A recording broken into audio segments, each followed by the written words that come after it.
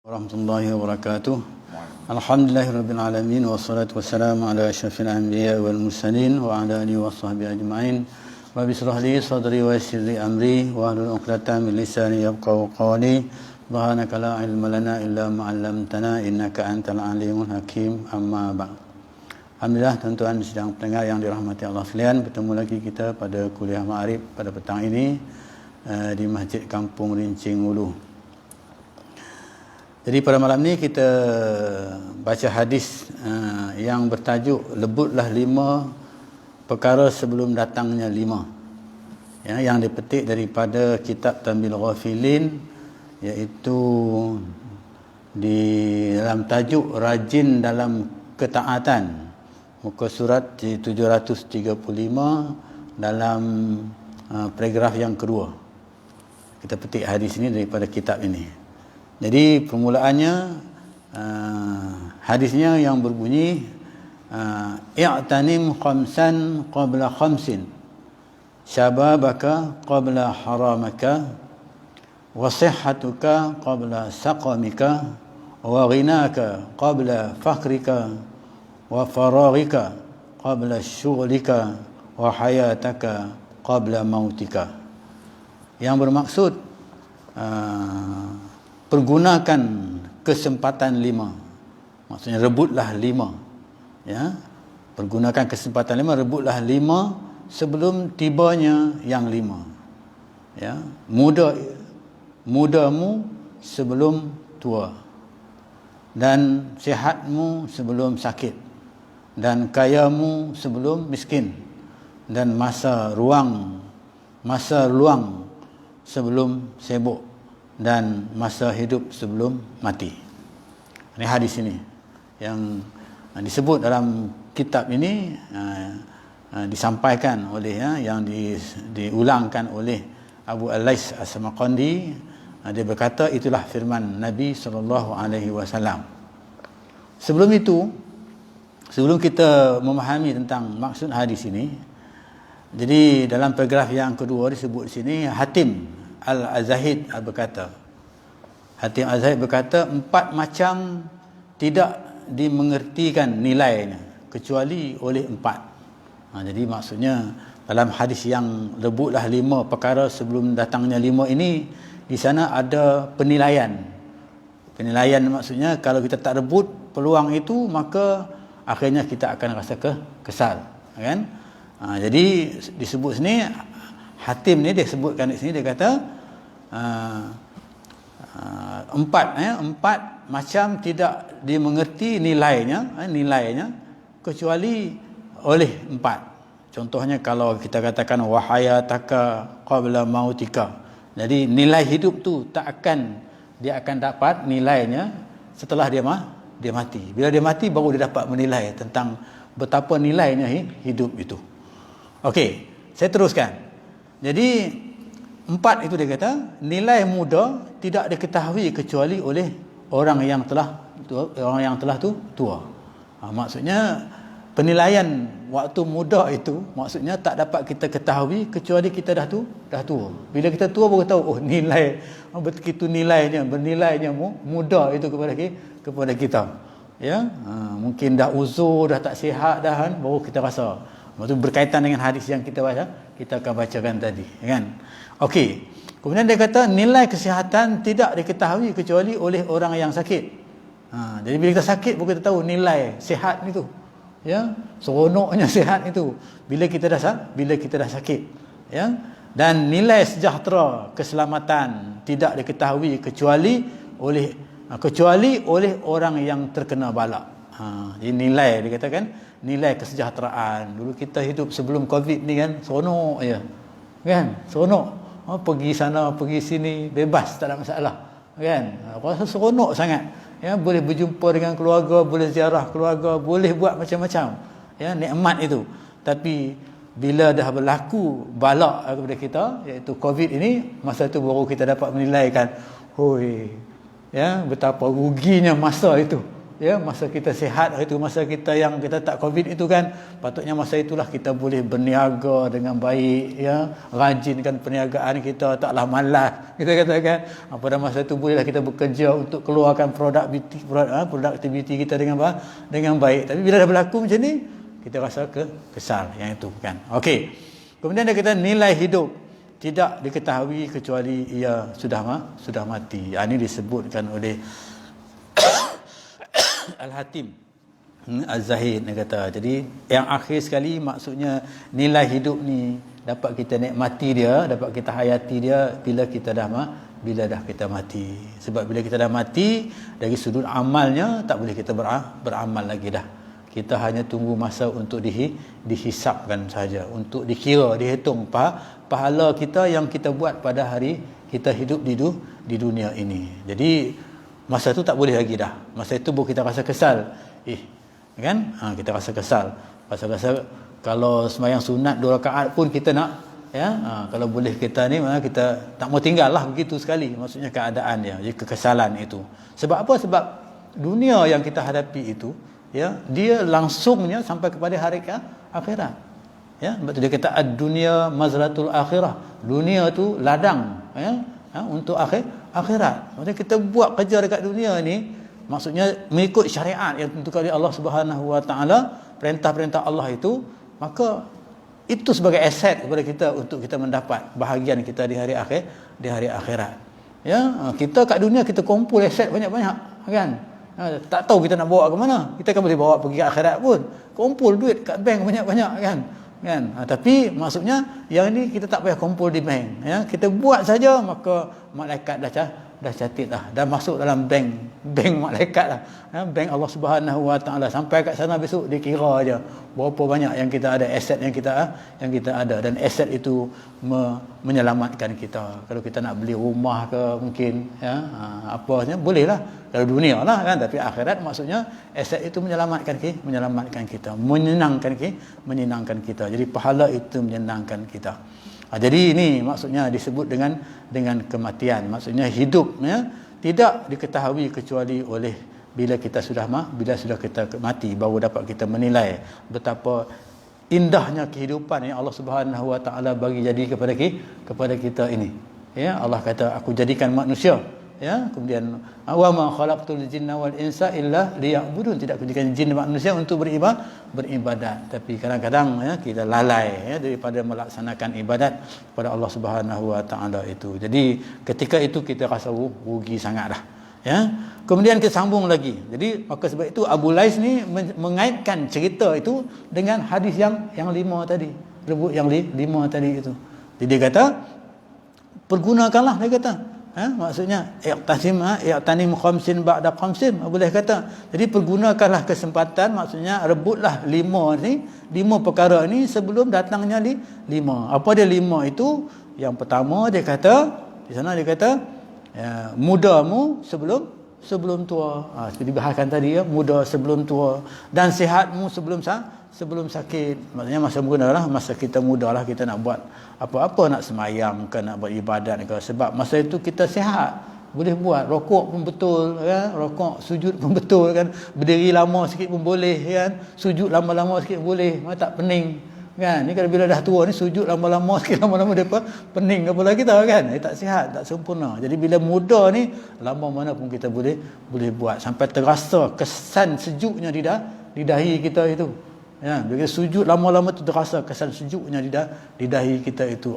Itu nikmat tak dapat kita nak cerita, kan. Kadang-kadang kesejukan di dahi waktu kita sujud itu rasa ketagih, rasa nak buat lagi, kan. Waktu begitu, kan, tak mau nak tinggal. Itu nikmatnya ibadat kepada Allah Subhanahu Wa Taala, kalau Allah bagi nikmat tu kepada kita. Okey, yang kedua dia kata di sini, sihatmu sebelum sakit, dan yang ketiga, kayamu sebelum miskin. Biasalah kita kaya, kan, kadang-kadang kita, ya, ada naik turun, ya, ada kaya, ada miskin. Jadi maksudnya bila kita kaya, jangan tunggu sampai kita miskin. Kadang-kadang kita ni sebut, ya, bila kita kaya, bila kita miskin tu dia sebut, ya, aku besok kalau kaya aku nak buat ni, nak buat ini, ya, nak sedekah dan sebagainya. Bila kaya kita lupa nikmat kekayaan tu, kita lupa, kan, dan menyebabkan kita rugilah sebab kita tak gunakan kekayaan itu untuk kita beribadat kepada Allah Subhanahu Wa Taala. Maksudnya macam sakit tadi jugalah, macam sihat tadi jugalah, kita rasa rugi. Kemudian seterusnya yang keempat, dia kata masa ruangmu, masa lapang kamu sebelum masa sibuk. Jadi masa lapang kita, ya, ni lapang banyak ni Covid ni kan. Lapang banyak, tak boleh kerja pun boleh buat kat rumah, kita katakan. Masa Covid ni, buatlah ibadat kepada Allah Subhanahu Wa Taala. Semayang, kita katakan semayang, mungkin semayang, kalau waktu-waktu lain susah kita nak buat semayang duha ni kan, tapi waktu Covid ni boleh kita buat, ada masanya. Juga semayang-semayang yang lain, baca Quran dan sebagainya, boleh, ya, dan boleh kita buat benda itu semua. Dan seterusnya yang terakhir sekali dia kata, maksudnya yang kelima, hidup sebelum mati. Jadi ini yang akhir sekali, mana kita gunakanlah kehidupan kita ini sebelum kita menemui Allah Subhanahu Wa Taala, untuk Allah Subhanahu Wa Taala hitung dan hisapkan diri kita. Jadi kita kena hisap awal-awal lagi. Hasibu qabla an tuhasibu. Hisaplah diri kamu sebelum kamu dihisapkan oleh Allah Subhanahu Wa Taala di hari akhirat. Jadi kalau kita hisapkan diri kita, baru kita tahu, ini tak cukup ni, nak cari lagi dan sebagainya kan. Jadi bila kita nak cari, dia tak akan jemu, ya, kita akan terus cari kan, begitu. Jadi akhirnya lagi sekali Abu Alais sedang kena juga diceritakan, maka seharusnya, ini huraian Abu Alais ni, dia kata seharusnya seorang mengerti nilai hidupnya, baru dia reti nilai hidup dia bila dia mati, dan mempergunakan tiap saat yang tiba padanya, ya, yang 5 tadi lah, ya, saat-saat yang datang itu maksudnya dia kena rebut peluang tu, dia ambil kan, dan bertanya bagaimana keadaanku, ya, di hari ini. Mungkin hari ini ditanya keadaan dia macam mana kan, lalu memikirkan penyesalan, ya, penyesalan orang-orang yang telah mati, ya, dia mikirkan penyesalan, cerita orang mati, ya, orang penyesalan orang mati, mereka ingin kembali hidup sekadar untuk sembahyang 2 rakaat, nak hidup balik, minta kepada Allah SWT nak hidup balik supaya dapat sembahyang 2 rakaat pun cukup lah. Mana rugi sangat, ya, itu keadaannya, dia rasa kerugian itu.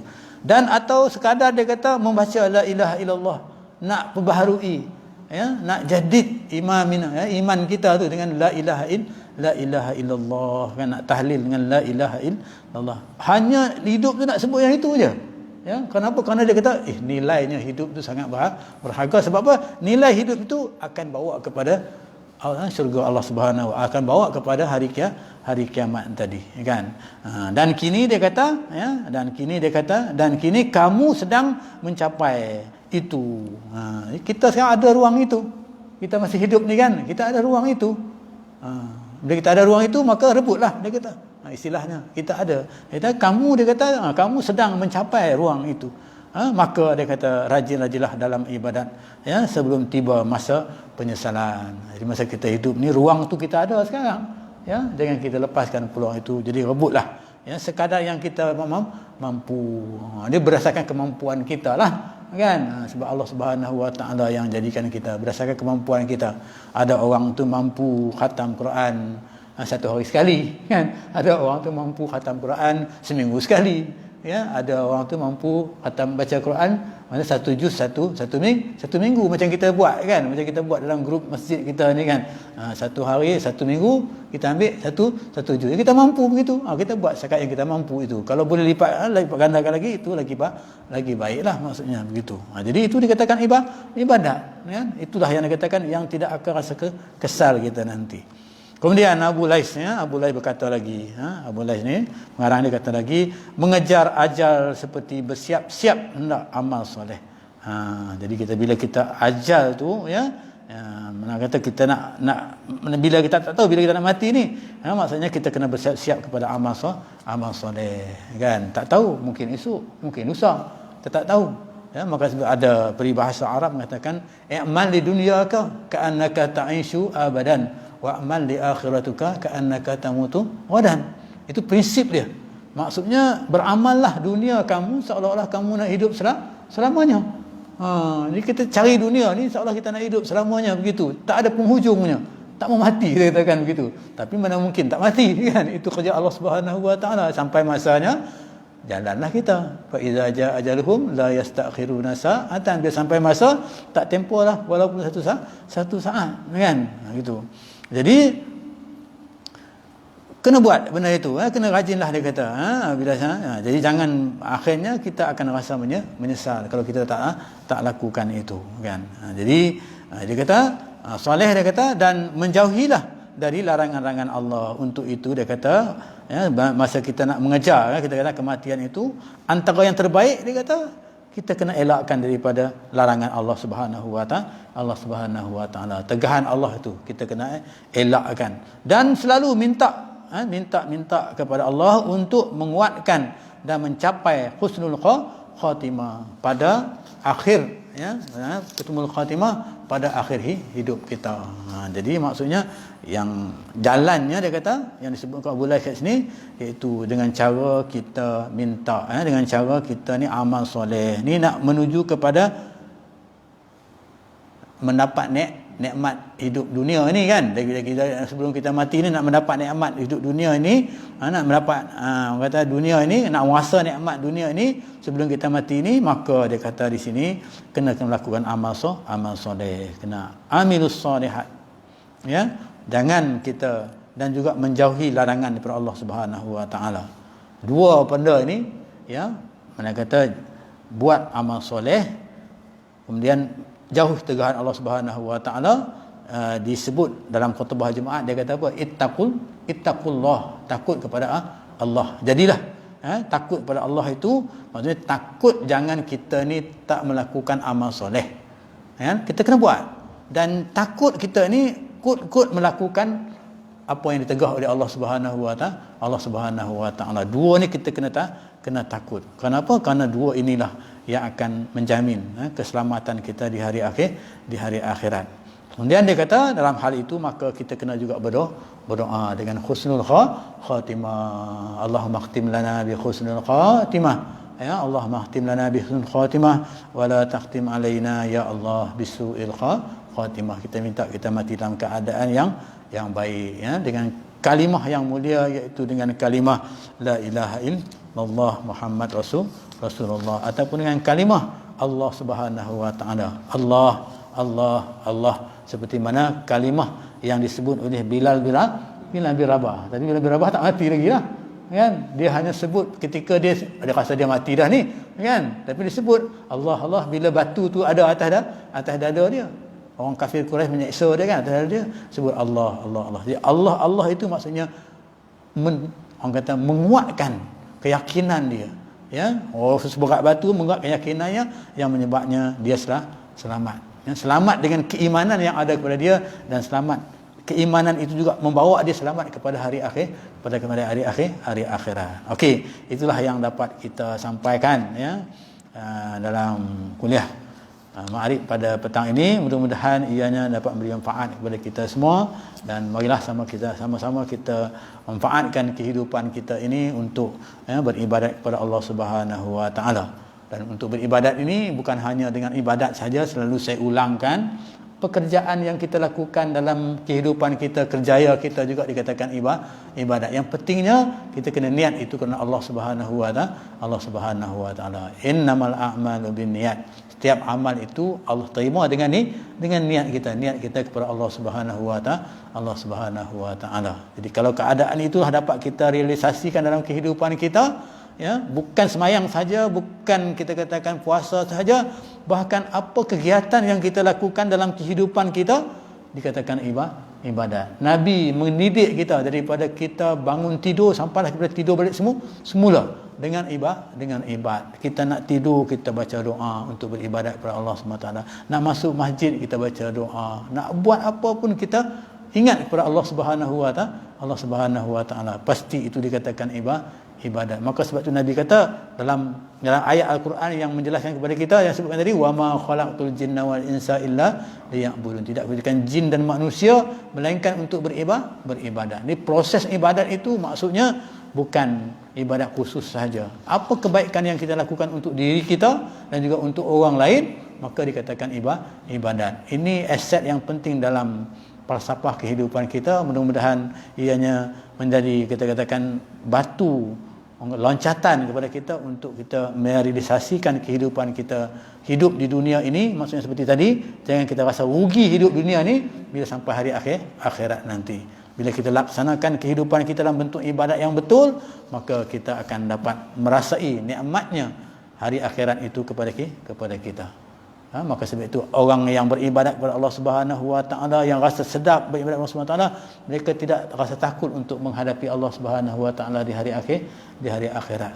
Ya, rasa tenang, seronok dan sebagainya. Kecuali mereka yang kita katakan tak cukup asetnya, tak cukup nilai ibadatnya, maka ini akan menjadikan dia rasa risau dan gelisah. Jadi mudah-mudahan dapat kita hayati dalam kehidupan kita. Aqulu qouli hadza wa astaghfirullahalazim billahi taufiq wa hidayah. Assalamualaikum warahmatullahi wabarakatuh.